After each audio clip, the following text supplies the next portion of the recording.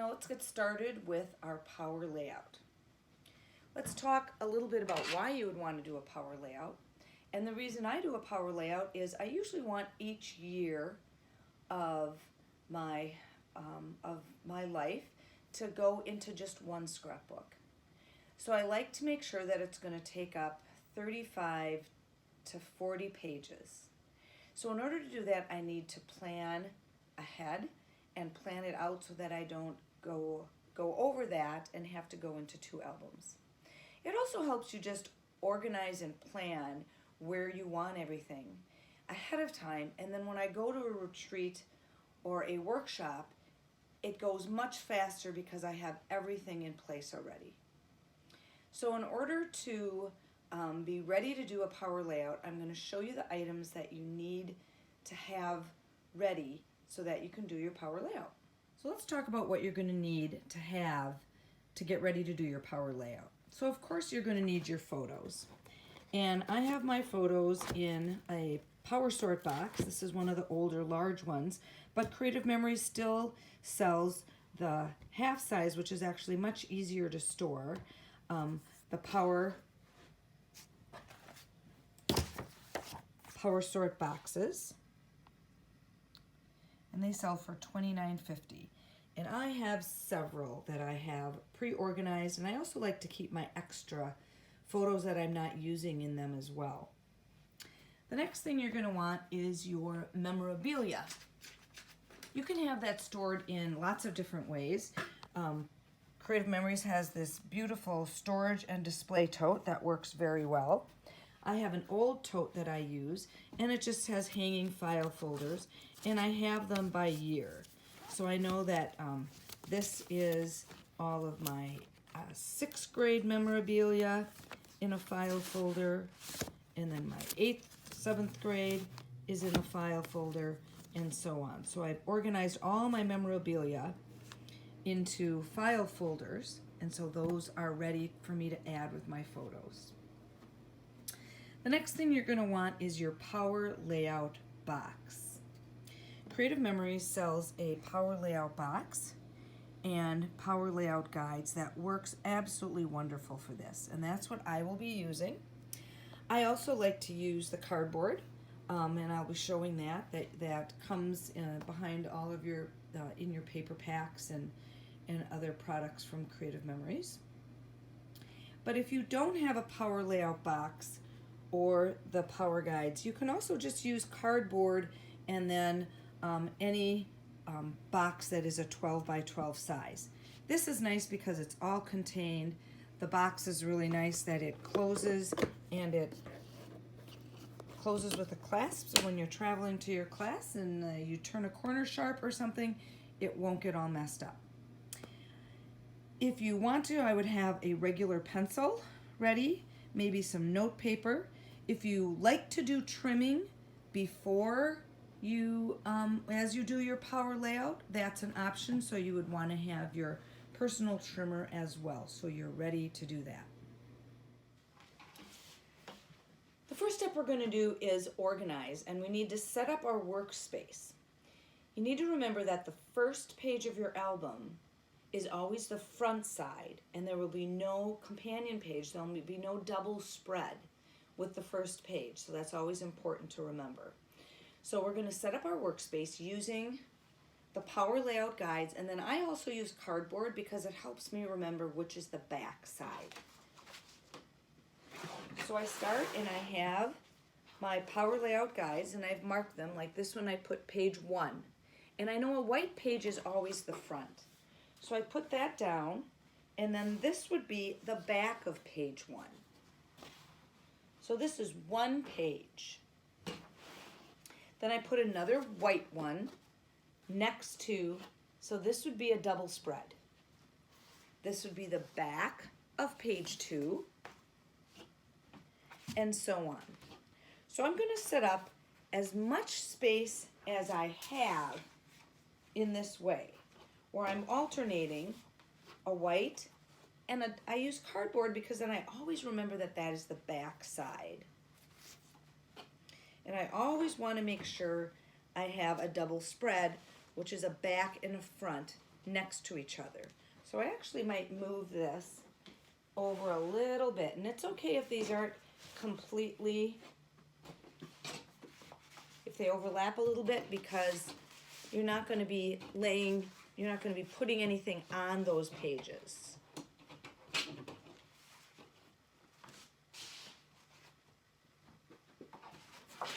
So now I like to have my double spreads next to each other, and I kind of had a mix up there. Now if you have just one table, that's okay. You can set up this many pages and you can start laying your things out.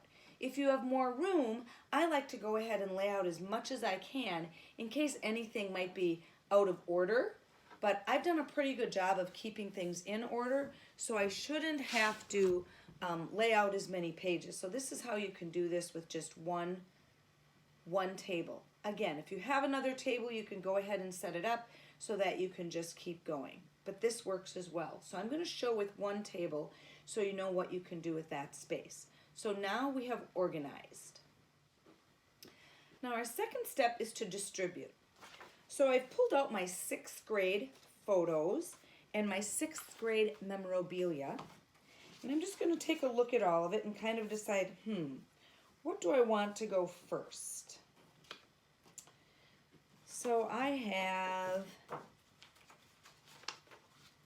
my 6th grade picture, and I have several different sizes. So I'm just gonna put the medium and the large size on, and I'm gonna put it on the second page because I'm gonna do something different on the cover page. I'm gonna make that kind of an introduction to the whole album. And so I might actually put one of my small pictures on there, on the front page, because I might do a montage of all the pictures from middle school through high school in that album. Then I have some pictures of friends that I'm going to want to put on, I think I'll put those on the second page. I have a picture of my my siblings at the, but I think I'm going to not put that in because that really goes in my family album. But I think that I might include that because this might be both. Then I have some information about my teacher. I don't know if any of you had these little booklets and my new friends. And I'm probably going to use these to do some journaling, so I'm going to throw that on there, even though it's probably not going to be on there. I have my whole 6th grade class. I'm going to put that there. Oh, I have some a safety patrol certificate. I think I might put that on the second page with my class picture. And since these small pictures are already on here, I think I might just put my best friend's picture on here. I think the rest I don't need to have individually, so I'm going to set those aside. Oh, here's my safety patrol pledge, so I'm going to put that on there. I'm going to use this for some writing. And then I have some things that I'm probably not going to put in the album, but I might want to put in an envelope. And I will probably put an envelope for 6th, 7th, and 8th grade. So I'm going to put that to the side for to make a pocket, and then put all of those things in at a later time. So that this will be my the things in my 6th grade envelope, which is like my report card and a certificate. And here I have my my Presidential Fitness Award, which I ended up being a physical education teacher, so I think that's going to be pretty important. So I probably will put that on that page as well. So I've got 6th grade done.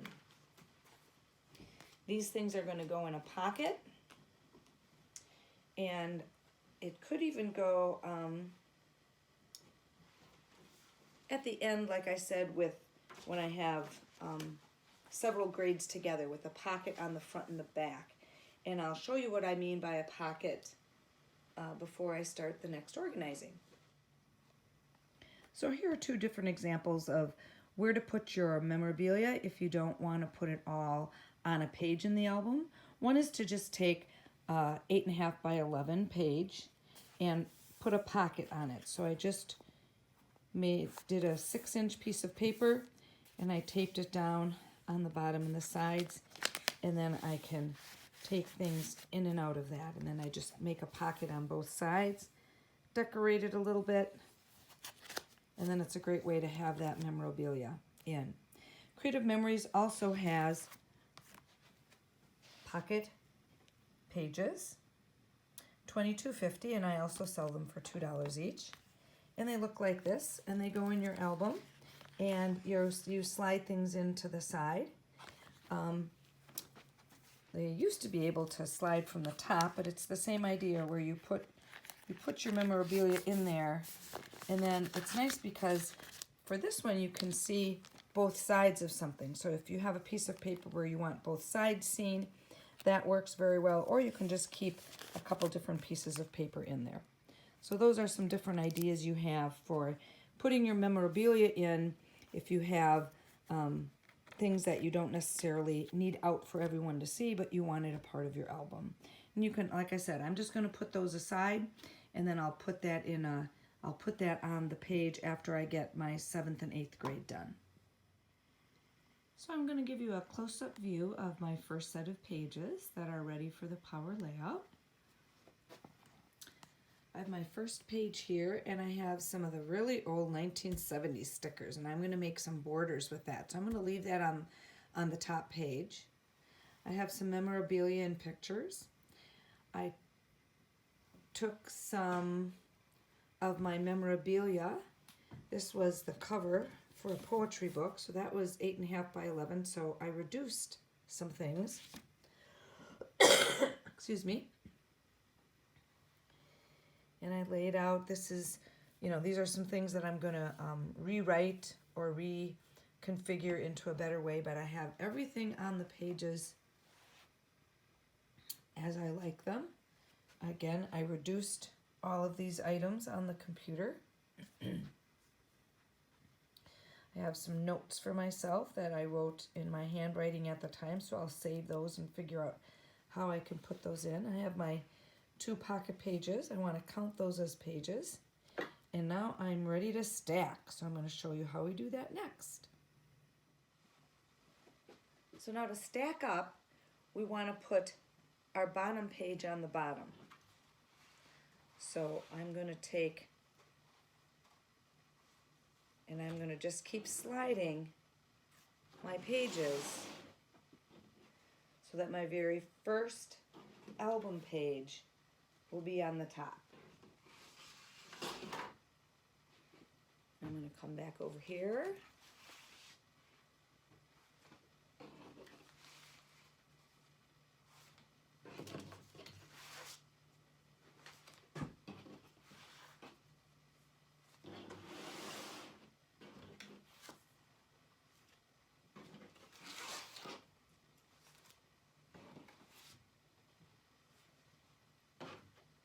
And this is page 1. So I have my first stack ready, and I can set that aside, and then I can lay out my next set of pages and continue on. When I'm done, I'll go ahead and put that, store it in my power layout box.